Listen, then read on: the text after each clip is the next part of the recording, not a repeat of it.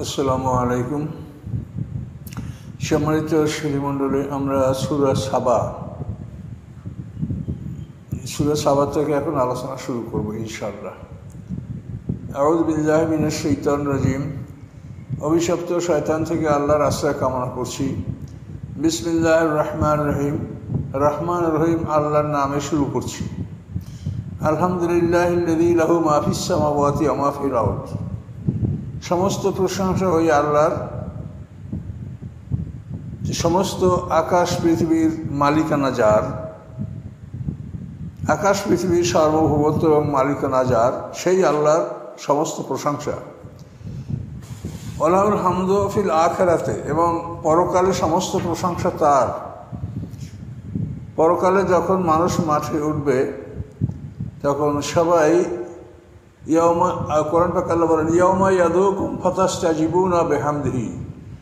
যেদিন তোমাদেরকে ডাকা হবে হাসরের ময়দানে ইসরাফিল আসলামের সিঙ্গার ফুৎকারের মাধ্যমে, ফাতাস্তাজিবুনা বিহামদিহি, তখন তোমরা আল্লাহর প্রশংসা করতে করতে তার ডাকে সাড়া দিবে।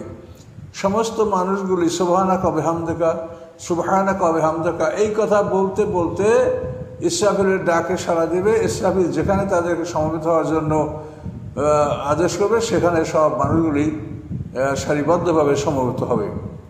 এবং এই পরকালের সমস্ত প্রশংসা, বিচারের পরেও সমস্ত মানুষ আল্লাহর প্রশংসাই করবে। ওয়াকিল আলহামদুলিল্লাহি রাব্বিল আলামিন। বিচার সমাপ্ত হওয়ার পরে সবাই আল্লাহর প্রশংসা করবে, যারা জান্নাতি জাহান্নামী সবাই, যে বিচার সঠিকভাবে আল্লাহ করেছেন, এই জন্য সবাই আল্লাহর প্রশংসা করবে। তো জান্নাতীরাও আল্লাহর প্রশংসা করবে এবং অন্যরাও বিচার ঠিক হয়েছে বলে প্রশংসা করবে। একমাত্র প্রশংসা আল্লাহ। আল্লাহ বলেন, যিনি আকাশ পৃথিবীর মালিক, সমস্ত প্রশংসা তার, এবং তার জন্য পরকালে সমস্ত প্রশংসা। এবং তিনি কৌশলী এবং সব কিছু সম্পর্কে অবহিত। তিনি সব কিছু জানেন এবং তিনি মহাজ্ঞানী, মহাকৌশলী। তিনি মানে প্রত্যেকটা বিষয় সম্পর্কে সূক্ষ্ম জ্ঞান রাখেন। তিনি মহাকৌশলী, মহাজ্ঞানী এবং সব কিছু সম্পর্কে তিনি অবহিত। ইয়ালামু মা ইয়ালজু ফিল আরদি ওয়া মা ইয়াখরুজু মিনহা। তিনি জানেন পৃথিবীতে কি প্রবেশ করছে। পৃথিবীতে পানি প্রবেশ করছে, বৃষ্টি পানি। পৃথিবীতে মৃতদেহ প্রবেশ করছে। আল্লাহ তাআলা জানেন যে পৃথিবীর মধ্যে কি প্রবেশ করছে। ওয়া মা ইয়াখরুজু মিনহা, এবং পৃথিবীর থেকে কি বের হচ্ছে, যেমন গাছপালা, তরুলতা, খনিজ সম্পদ ইত্যাদি পৃথিবীর থেকে বের হচ্ছে। তো আল্লাহ বলেন এগুলি সবই আল্লাহর অবগতিতেই এগুলি প্রবেশ করছে এবং বের হচ্ছে। ওয়া মা ইয়ানজিলু মিনাস সামা, এবং তিনি যা কিছু নাযিল করেন আকাশ থেকে বৃষ্টি। তো আকাশ থেকে বৃষ্টি বসান, এটা হলো প্রধান। এরপরে আকাশ থেকে রহমত নাযিল হয়, ফেরেশতারা অবতরণ করে। তো এজন্য আকাশ থেকে যা কিছু অবতরণ করে তা আল্লাহ জানেন এবং তার হুকুমে, তার অবগতির মাধ্যমে এগুলি অবতরণ করে থাকে। ওয়া মা ইয়ারজু ফিহি, এবং আকাশে যা ওঠে, বান্দাদের আমলনামা আকাশে ওঠে। ফেরেশতারা সকালে আকাশে যায়, বিকালে আকাশে যায়। মুআক্কিবাত ফেরেশতারা যারা আমলনামা লেখে। তো এভাবে বান্দার কার্যক্রম, ফেরেশতাদের যাতায়াত এবং জমিন আসমানে যে চলাচল যারা করেন আল্লাহ তাআলা, এগুলি সবই তার অবগতির মাধ্যমে এগুলা, বরং তার হুকুমে এগুলা সব অনুষ্ঠিত হয়ে থাকে। আর রহিমুল গফুর, আল্লাহর বৈশিষ্ট্য কি? আগের তবে তিনি হাকিমুল খাবির, আর এখানে বলো তিনি আর রহিমুল গফুর, তিনি ক্ষমাশীল এবং অতি দয়ালু। ইনি অতি দয়ালু, মানুষকে অবকাশ দিয়ে থাকেন। অপরাধ করার সাথে সাথে মানুষকে শাস্তি দান করেন না, ফলে মানুষ তওবা করার সুযোগ পায় এবং পাহাড় সমান গুনাহ করার পরেও তওবা করলে আল্লাহ তাকে ক্ষমা করেন। এই জন্য তাকে গফুর বলা হয়েছে। তিনি ক্ষমাশীল, তিনি অত্যন্ত দয়ালু এবং অত্যন্ত ক্ষমাশীল। ওয়াকালাল্লাযীনা কাফারু, কাফেররা বলে, লা তা'তিনা সাআ, আমাদের কাছে কিয়ামত আসবে না। কিয়ামতের কথা নবী রাসূলরা বলে এটা সত্য নয়, এটা বানাওয়াট, আমাদের কাছে কিয়ামত আসবে না। আল্লাহ বলেন কুল, আপনি বলুন, বালা, হ্যাঁ অবশ্যই আসবে, হ্যাঁ, ও রব্বি, এবং আমার রবের কসম, আমার রবের কসম, সৃষ্টিকর্তা প্রতিপালক আল্লাহ রাব্বুল আলামিন, এই রবের কসম, বালা ও রব্বি, হ্যাঁ আমার রবের কসম, লা তাতিয়ান্নাকুম, এই কিয়ামত তোমাদের কাছে নিয়ে আসবেন এমন এক সত্তা যিনি আলিমুল গাইবে, যিনি সমস্ত গায়েব সম্পর্কে অবহিত, সমস্ত অদৃশ্য বস্তু সম্পর্কে তিনি অবগত, তিনি আল্লাহ, তিনি এই কিয়ামত তোমাদের কাছে নিয়ে আসবেন, তোমরা দেখতে পাবে। লা ইয়াযুবু আনহু মিসকালু যাররাতিন ফিস সামাওয়াতি ওয়ালা ফিল আরদ, তার অগোচরে নয় যাররা পরিমাণ, অণু পরিমাণ, না আকাশের মধ্যে না পৃথিবীর মধ্যে। এই সপ্ত আকাশের মধ্যে অথবা সপ্ত পৃথিবীর মধ্যে কোথাও এমন কোনো অদৃশ্য বস্তু নাই যেটা আল্লাহ জানেন না বা আল্লাহ দেখেন না। তাই আল্লাহ বলেন যে তিনি আলিমুল গায়েব, সমস্ত অদৃশ্য বস্তু সম্পর্কে তিনি অবহিত, এবং কিয়ামত এরকম একটা গায়েবের বিষয়, এটা সম্পর্কে তিনি অবহিত। কিয়ামত সম্পর্কে আল্লাহ ছাড়া আর কেউ জানে না। আর আকাশের মধ্যে, পৃথিবীর মধ্যে জর্রা পরিমাণ কোনো বস্তু আল্লাহর অগোচরে নয়, এমন নয় যে এটা জর্রা পরিমাণ ছোট একটা জিনিস, এটা আল্লাহ দেখেন নাই, এমন নয়। ওয়ালা আসগরা মিন যালিকা, তার চেয়েও যদি কিছু ছোট হয় তাও এমন নয় যেটা আল্লাহ দেখেন নাই বা আল্লাহর কিতাবে লিপিবদ্ধ করা হয় নাই, এমন নয়। বরং ওয়ালা আকবারা, এবং এই অনুচ্ছেদে যদি একটু বড় কিছু হয় তো তাও ইল্লাফি কিতাবে মুবিন, বরং এগুলি সব কিছু স্পষ্ট কিতাবে লিপিবদ্ধ করা আছে। এগুলি সবই লিপিবদ্ধ করা আছে, মানুষের আমলনামায় লিপিবদ্ধ করা আছে, লৌহে মাহফুজে লিপিবদ্ধ করা আছে। এগুলি সব কিছু আল্লাহ তাআলা সঠিকভাবে রেকর্ড করে রেখেছেন। এই ছোট অনুপরিমাণ ছোট বা তার চাইতে বড়, এবং আকাশ পৃথিবী যেখানেই থাও, এগুলিকে আল্লাহ তাআলা যে লিপিবদ্ধ করে রেখেছেন, কেন রেখেছেন? লিয়াজিয়াল্লাযিনা আমানু ওয়া আমিলুস সালাত, এজন্য যে তিনি যারা ঈমানদার এবং যারা সৎকর্মশীল তাদেরকে তিনি পুরস্কার দিবেন। এই পুরস্কার দেওয়ার ক্ষেত্রে কোনো মানুষের জর্রা পরিমাণ আমলের পুরস্কারও অবশিষ্ট থাকবে না, যে এইটা আল্লাহ দেখেন নাই, হ্যাঁ এইটা আল্লাহ শোনেন নাই, এইটার পুরস্কার থেকে সে বঞ্চিত হলো, এমন হবে না। জর্রা পরিমাণ, অনুপরিমাণ, তার চাইতে ছোট বড় যা কিছু আছে সমস্ত কিছু কিতাবে মুবিন, স্পষ্ট কিতাবে লেখা আছে। স্পষ্ট কিতাব, গলায় লটকানো আমলনামা, আল্লাহর কাছে সুরক্ষিত আমলনামার কপি, এই সবখানেই, এবং লৌহে মাহফুজেও সব কিছু ইতিপূর্বেই সব কিছু রেকর্ড করা আছে। তা আল্লাহ বলেন এগুলি সব স্পষ্ট কিতাবে লিপিবদ্ধ আছে। কেন আছে? যে আল্লাহ তাআলা ঈমানদার এবং সৎকর্মশীলদেরকে পুরস্কার দিবেন, এবং এত সূক্ষ্ম জিনিসও বাদ যাবে না, এই ছোটোখাটো সমস্ত আমলের পুরস্কার তারা পাবে। উলাইকা লাহুম মাগফিরাতুন ওয়া রিজকুন কারীম, এবং যারা ঈমানদার এবং সৎকর্মশীল তাদের জন্য রয়েছে আল্লাহর পক্ষ থেকে ক্ষমা এবং সম্মানিত জীবিকা, অতি সম্মানিত, অতি উন্নত মানের জীবিকা তাদের জন্য আল্লাহ তাআলা প্রস্তুত রেখেছেন।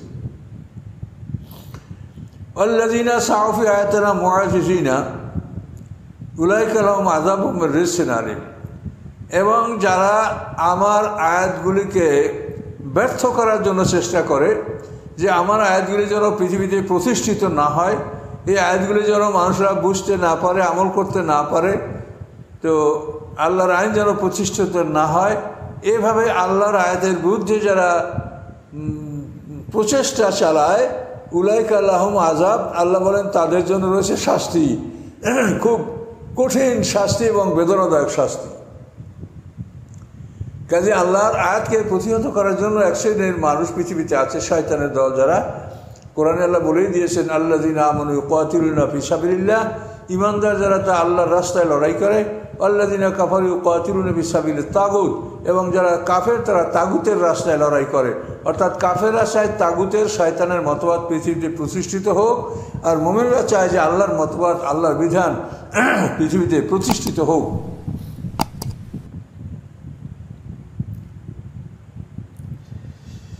তো আল্লাহর আয়াতকে ব্যর্থ করার প্রচেষ্টা করায় যারা আছে তারা কঠিন শাস্তি ভোগ করবে।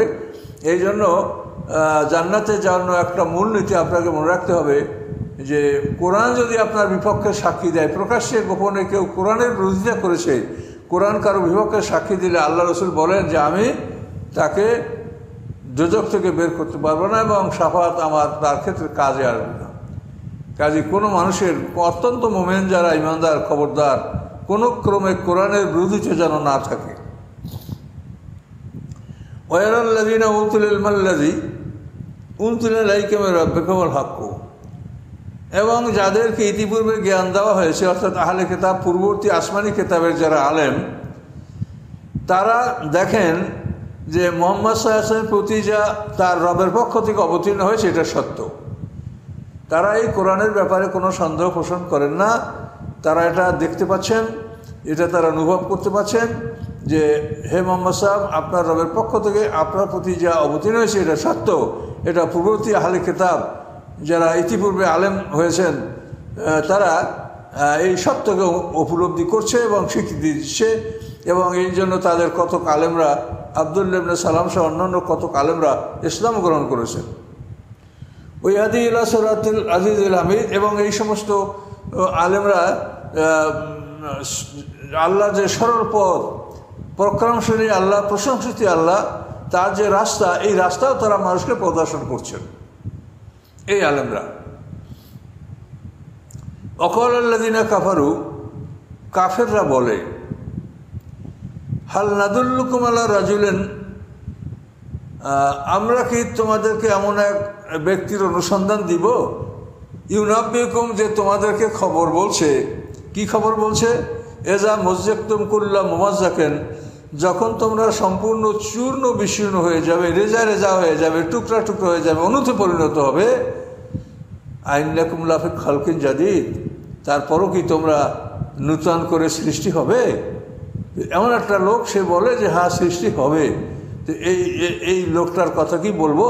অর্থাৎ নবী মুহাম্মদ সাল্লাল্লাহু আলাইহি ওয়াসাল্লামের প্রতি ইঙ্গিত করে এই নরদ ইবনে হারেস, উকবা ইবনে আবি মুয়ত, এই সমস্ত বড় বড় কাফেররা এভাবে শুকনো হাড্ডি হাতে তুলে, পুরাতন হাড্ডি হাতে তুলে হাড্ডিগুলো হাতে গুঁড়ো গুঁড়ো করতে আর বলতো, এভাবে যখন একটা হাড্ডি চূর্ণ বিচূর্ণ হয়ে যাবে, একেবারে গুঁড়ো গুঁড়ো হয়ে যাবে, তারপরও কি আবার নূতন করে আমরা উত্থিত হব, পুনরায় আবার আমাদেরকে জীবিত করা হবে? এটা কে বলে? আমরা তাকে দেখাই দেব, তার অনুসন্ধান দেব। সে কে? মুহাম্মদ সাল্লাল্লাহু আলাইহি ওয়াসাল্লাম এই কথাগুলি বলেন।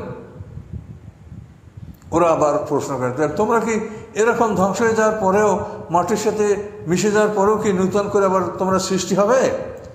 ওই লোকটা কি করলো? আফতারা আল্লাহর কাযিবান, সে আল্লাহর উপরে মিথ্যা রচনা করেছে, আল্লাহ এটা বলেন নাই। মানে কাফেররাও কিন্তু আল্লাহর অস্তিত্ব স্বীকার করে, কিন্তু আল্লাহর কোরআন, আল্লাহর মানে বিধান মানে না, পরকাল মানে না। তো ওরা বলে আফতারা আল্লাহর কাযিবান, এই লোকটা আল্লাহর উপরে মিথ্যা রচনা করেছে, আম্বি জান্নাতুন, অথবা তার উপরে জিনের স্পর্শ আছে, ফলে সে পাগল, দেওয়ানা।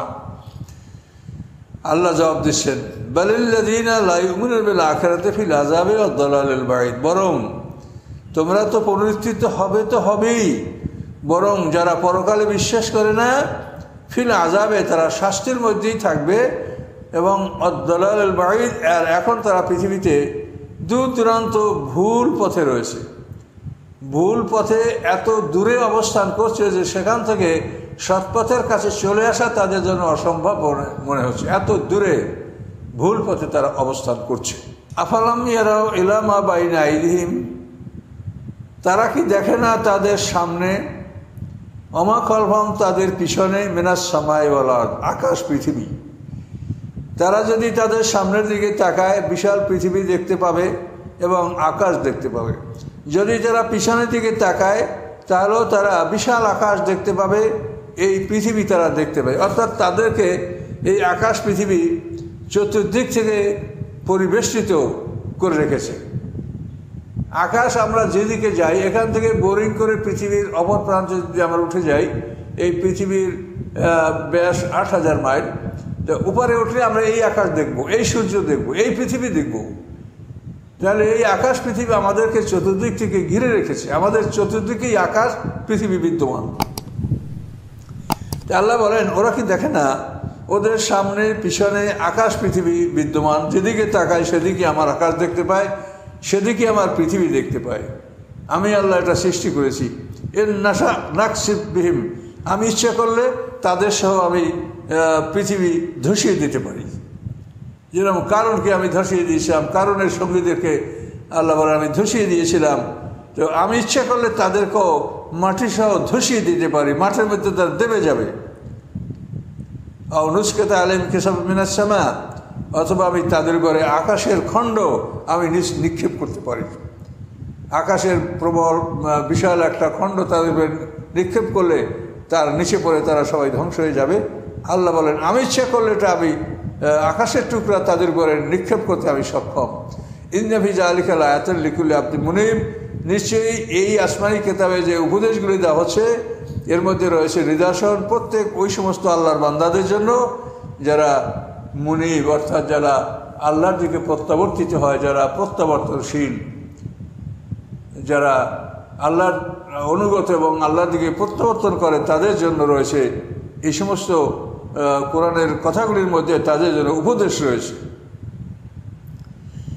আল্লাহ বলেন ওয়ালাকাদ আতাইনা দাউদা মিন্না ফাদলা, নিশ্চয়ই আমি দাউদকে আমার পক্ষ থেকে অনুগ্রহ দান করেছিলাম।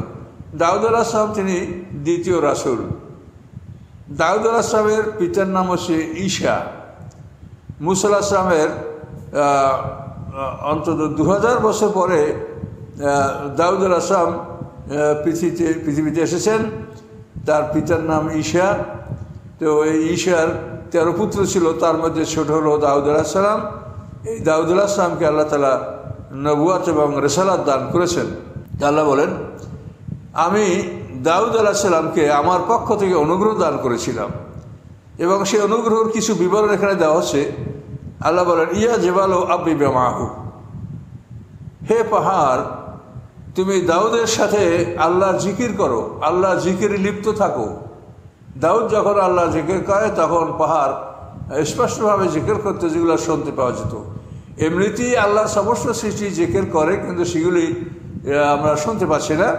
কিন্তু দাউদ আলাইহিস সালামের সাথে পাহাড়কে আল্লাহ এমনভাবে জিকির ও তাসবিহ পাঠ করতে বললেন যা শুনতে পাওয়া যায়। অত্যাইরা, এবং আল্লাহ বলেন আমি পাখিদেরকেও বললাম যে দাউদ আলাইহিস সালামের সাথে তোমরা একত্রে জিকির করো।